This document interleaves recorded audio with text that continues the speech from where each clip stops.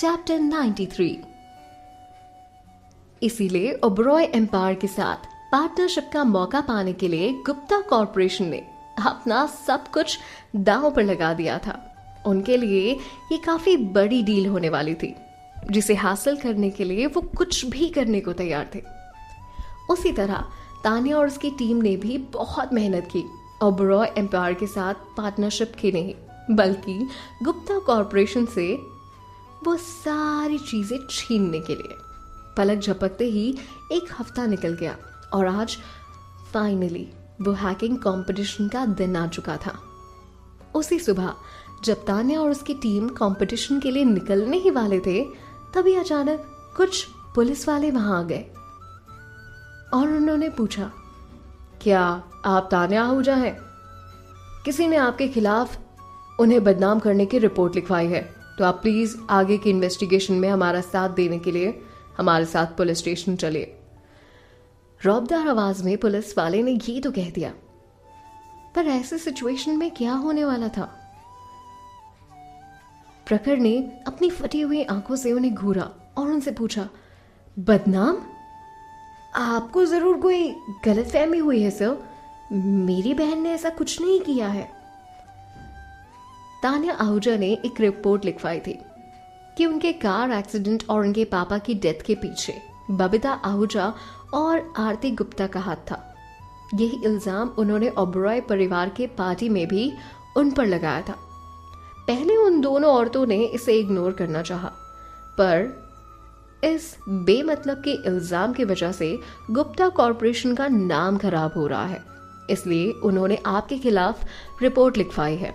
अगर तान्या आहूजा इस बात के लिए कोई भी सबूत कोर्ट में पेश नहीं कर पाई, तो उन्हें मानहानि के तौर पर बहुत बड़ी रकम चुकानी होगी और इस बेमतलब के इल्जाम के लिए उन्हें हो सकता है जेल भी जाना पड़े।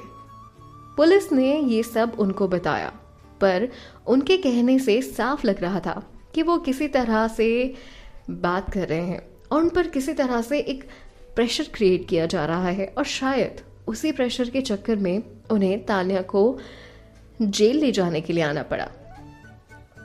पुलिस के अपनी बात खत्म करने पर तान्या ने उन पर जोर से हंसते हुए कहा, उसे उस पर बहुत जोर से हंसी आ रही थी। आरती और उसकी गैंग एक अलग ही किस्म की औरतें थी। वो उसे सही तरीके से हरा नहीं पाई थी, तो अब उन्होंने ये बेकार और घटिया तरीका अपनाया था। हालांकि उसे मानना पड़ा कि उसकी गलती थी कि उसने उन्हें ये मौका दिया। किसी को बदनाम करने का केस छोटा नहीं होता, उसमें कोर्ट रूम के ड्रामे से लेकर मानहानि के तौर पर बड़ी रकम भी चुकानी पड़ती है। हालांकि ज्यादातर केस कोर्ट रूम के बाहर ही सेटल कर दिए जाते हैं, बशर्ते कोई इंसान अगर ये करना चाहे तो। अब पार्टी के बाद से ही गुप्ता कॉर्पोरेशन को बिजनेस में बहुत ही ज्यादा नुकसान हो रहा था, क्योंकि कुछ शेयर होल्डर्स और स्टेक होल्डर्स और कस्टमर्स को अपने बॉस के कैरेक्टर पर शक होने लगा था, क्योंकि उस दिन पार्टी में शहर के सभी नामी गिरामी लोग प्रेजेंट थे और उन्होंने वहां आरती और आशीष का ये ड्रामा पूरी तरह से देख लिया था। सब ऐसे में शक होना तो लाजमी भी था, पर उसे उम्मीद नहीं थी कि आशीष गुप्ता इतना गिर जाएगा और उसी दिन ऐसी हरकत कर बैठेगा। उसे नहीं पता था कि तान्या हैकिंग कंपटीशन में हिस्सा लेने वाली थी, पर उसने उस पल तक का इंतजार नहीं किया जब वो उसे मरा हुआ देखना चाहते हो। तो उस दिन गुप्ता कॉर्पोरेशन और ओबरॉय एम्पायर की पार्टनरशिप होने वाली थी। अगर नहीं भी होती तो कुछ दिन बाद उसका हारना तो तय ही था और ये होने ही वाला था। तो उसी दिन उन्होंने वो केस जानबूझकर इसलिए किया हो। इसके दो कारण हो सकते हैं। पहला कि शायद वो डर गए होंगे कि कहीं तान्या उस कंपटीशन में हिस्सा लेकर जीत ना जाए, और दूसरा ये कि वो दो चीजों के एक साथ अच्छे होते हुए देखना चाहते हो। नंबर 1 तो उनकी पार्टनरशिप हो जाए और दूसरा तान्या से बदला भी ले लिया जाए। और फिर अगर वो पार्टनरशिप होने के बाद उस पर वो चार्ज लगाते तो ऐसा लगता जैसे वो अपनी रेपुटेशन के कारण उसे परेशान कर रहे हों। इसीलिए उन्हें लगा हो कि ये एक सही मौका था। सच कहें तो तान्या को उनके इस तरह के केस से कुछ ज्यादा फर्क नहीं पड़ रहा था, बल्कि उसने तो इससे भी बुरे की उम्मीद की थी। इनफैक्ट उसके पास इसके इल्जाम से बचने के सबूत भी थे।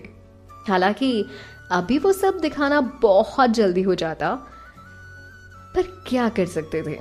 उन सबूतों से बबीता को ही नहीं बल्कि आशीष गुप्ता और आरती को भी बहुत नुकसान उठाना पड़ता।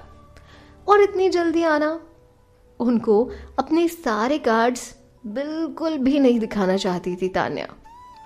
पर सिचुएशन भी ऐसी थी, अगर वो कोई और दिन होता तो शायद तान्या उनको सबक सिखाने के लिए कुछ ना कुछ प्लान जरूर करती। पर उस दिन कैसे होता? उस दिन तो उसे हैकिंग कंपटीशन में हिस्सा लेना था, जो उसके लिए सबसे बड़ी प्रायोरिटी थी। उनके सॉफ्टवेयर ने इंटरनल टेस्टिंग पास कर ली थी, तो अब समय था कंपटीशन में हिस्सा लेकर अपनी जगह बनाने का। पर उसके मेन प्रोग्रामर के बिना वो कैसे जीत सकते थे? ये सवाल अब भी बहुत गहरा था। ये सारी बातें प्रखर के दिमाग में भी घूम रही थी, इसलिए उसने पुलिस वालों को चिल्लाकर कहा, ये सब गलत है। मेरी बहन ने उन पर कोई झूठा इल्जाम नहीं लगाया था। उसने जो कहा सच कहा। तभी तान्या ने उसे चुप कराते हुए कहा, प्रखर, तुम सारांश के साथ जाकर कंपटीशन में हिस्सा लो। मैं इनके साथ पुलिस स्टेशन जाती हूँ। प्रखर से रिक्वेस्ट करते हुए बोलने लगा, दीदी आप इनके साथ नहीं जा सकते। हम ये आपके बिना नहीं कर पाएंगे। आप समझो, आपका यहाँ होना ज्यादा इंपॉर्टेंट है दीदी।